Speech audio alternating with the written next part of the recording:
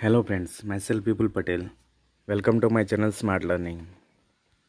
Today our topic is speed control of synchronous motor. Synchronous motors are constant speed motor. They run at synchronous speed of the supply. They are generally used for constant speed operation under no load conditions such as to improve the power factor. Synchronous motor have fewer losses than induction motors at given rating. The speed of synchronous motor is given by Ns equal to 120 into F upon P, where F is supply frequency and P is number of pole.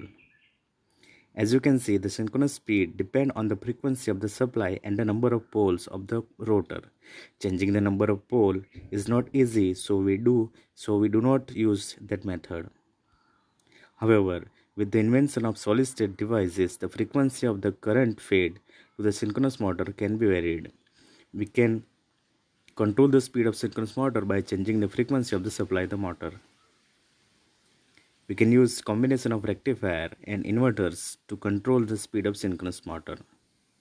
They can be used in two ways. First is inverter fed open loop synchronous motor drive. In the diagram you can see in this method, the synchronous motor is supplied by variable frequency inverter in an open loop. By open loop, we mean that there is no feedback given to the supply. The inverter has no information about the current position of the rotor. This method is preferable when highly accurate speed control is not required. Supply from the main is fed into rectifier inverter set where desired frequency can be attained. Depending on the frequency, the synchronous speed of the motor can be varied. Inverter-fed open-loop synchronous motor drive. In this diagram, you can see the control mechanism.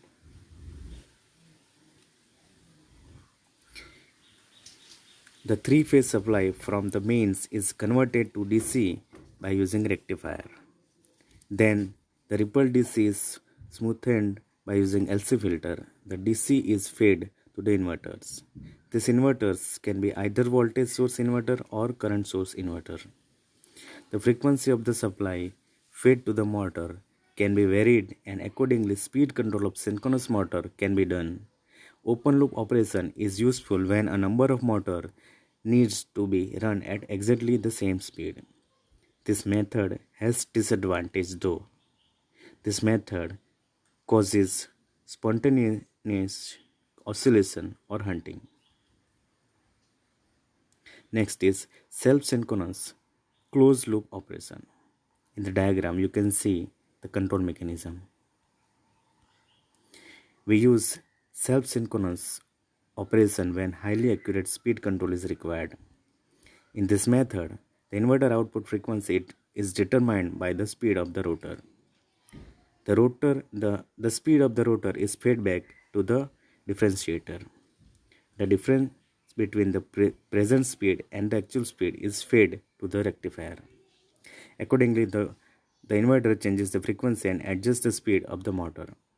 We get more accurate control over the motor speed with the closed loop operation. For example, if speed gets reduces, the stator supply frequency reduces so that the rotor